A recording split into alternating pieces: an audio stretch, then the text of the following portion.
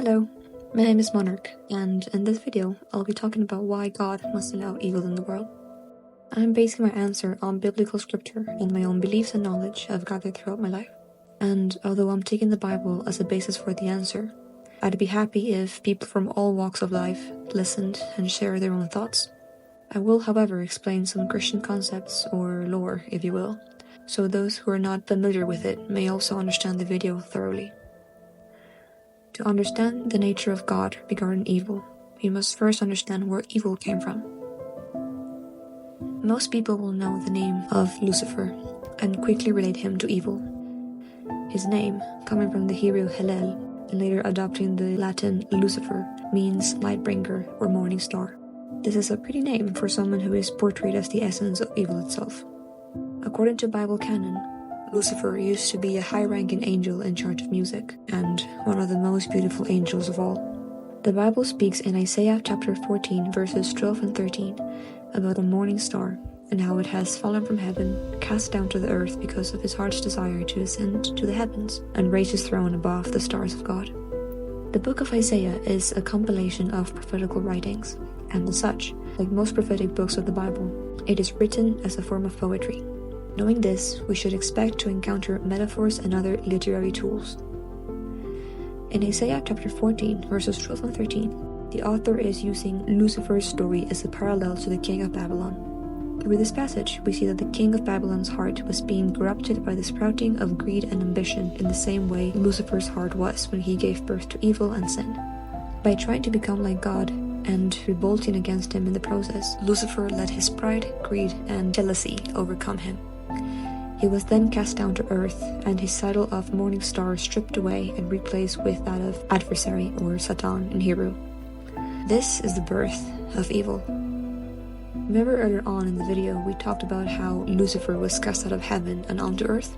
According to the scriptures, his heart's desires did not change, and he still wished to become like God. If he could not rule heaven, he'd become master of earth. And so, according to scriptures like these,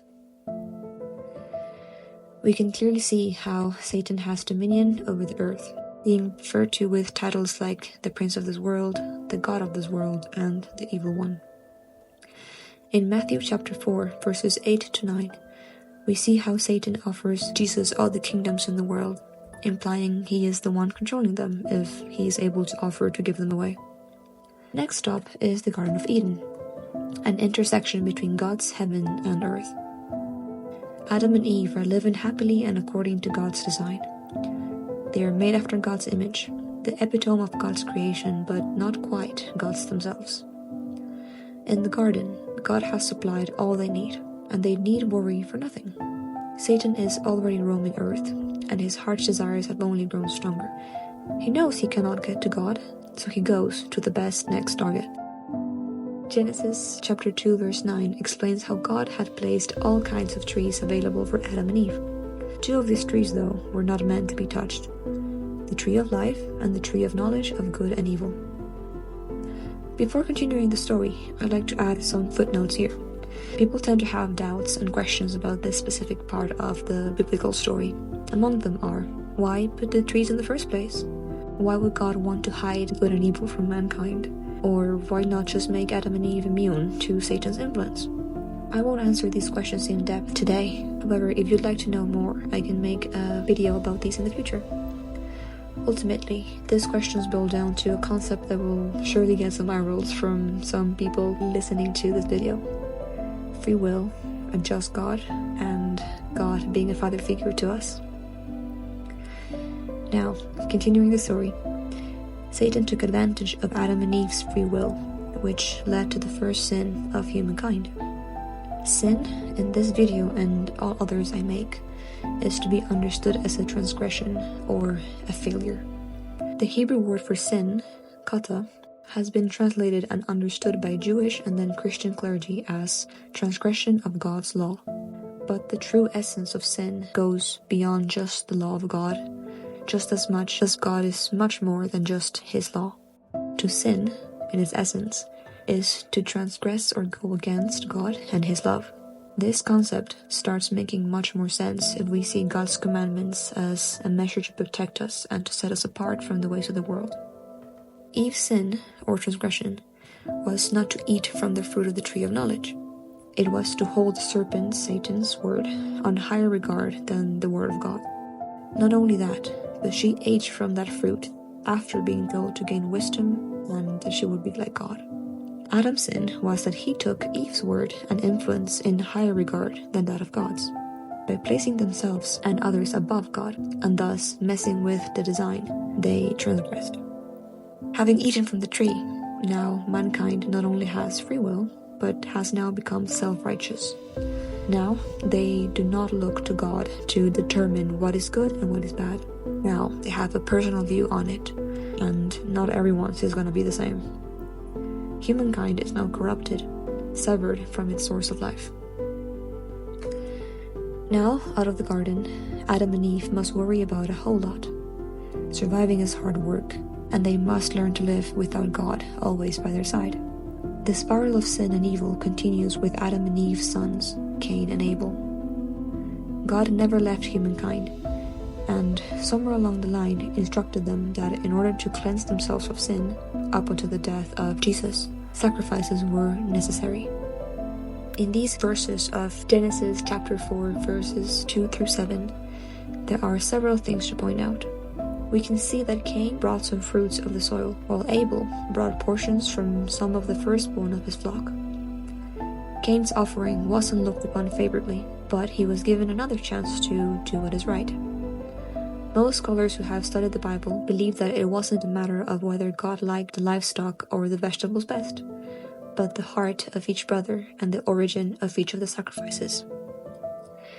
Abel brought portions from the firstborn of his flock, which in ancient Hebrew civilizations and all throughout the Old Testament, firstborns were seen as the best portions. Meanwhile, it is written that Cain only brought some of his crops, implying he might have not given the best he could. Here we can also look to 1 Samuel chapter 16 verse 7 and see that God doesn't just see the quality of the sacrifices or the appearance of the people, but more so he sees the heart.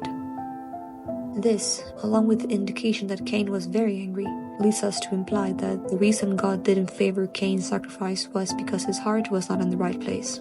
And it sure wasn't, because Cain let his anger and jealousy overcome his heart, which caused him to sin against Abel and therefore God's creation, tricking him into going into a faraway field and murdering him. This act of violence further corrupted his heart. The next verses of Genesis go on to narrate how Cain strayed away from God, fled from his home, found a wife, and established a city that thrived on violence.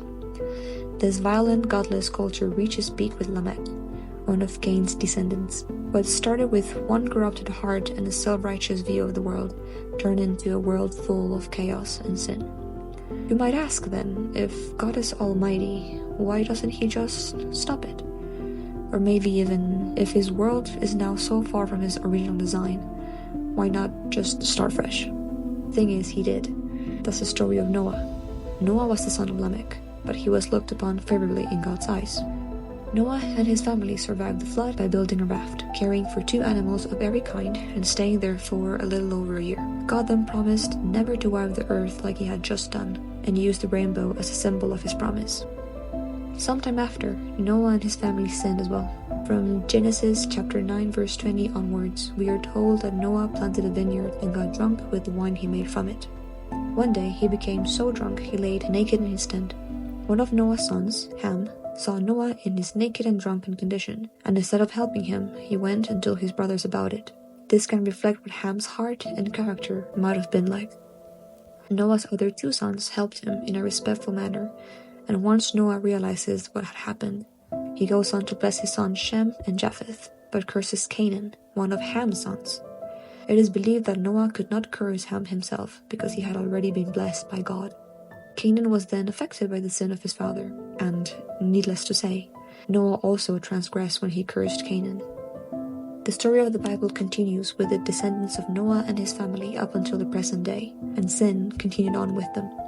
As populations grew and people came into the world, treachery, deceit, betrayal, murder, lies, jealousy, envy, ambition, greed, anger, and self-righteousness spread as far and wide as humans went.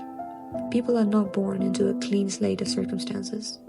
It is only a matter of time before the sin of those around them, and later on their own sin, catches up to them.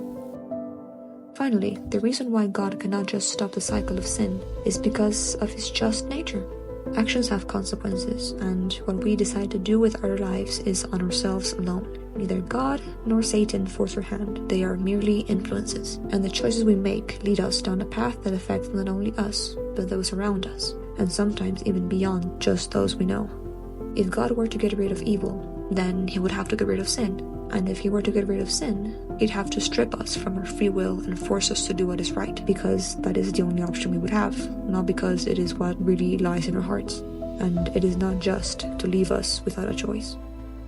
But is it really a choice when one of the paths is heaven with God, and the other is to burn in hell? I would argue it is. You have as much right to choose between chocolate and vanilla ice cream as you have to choose between playing baseball with a leather ball or a crystal ball.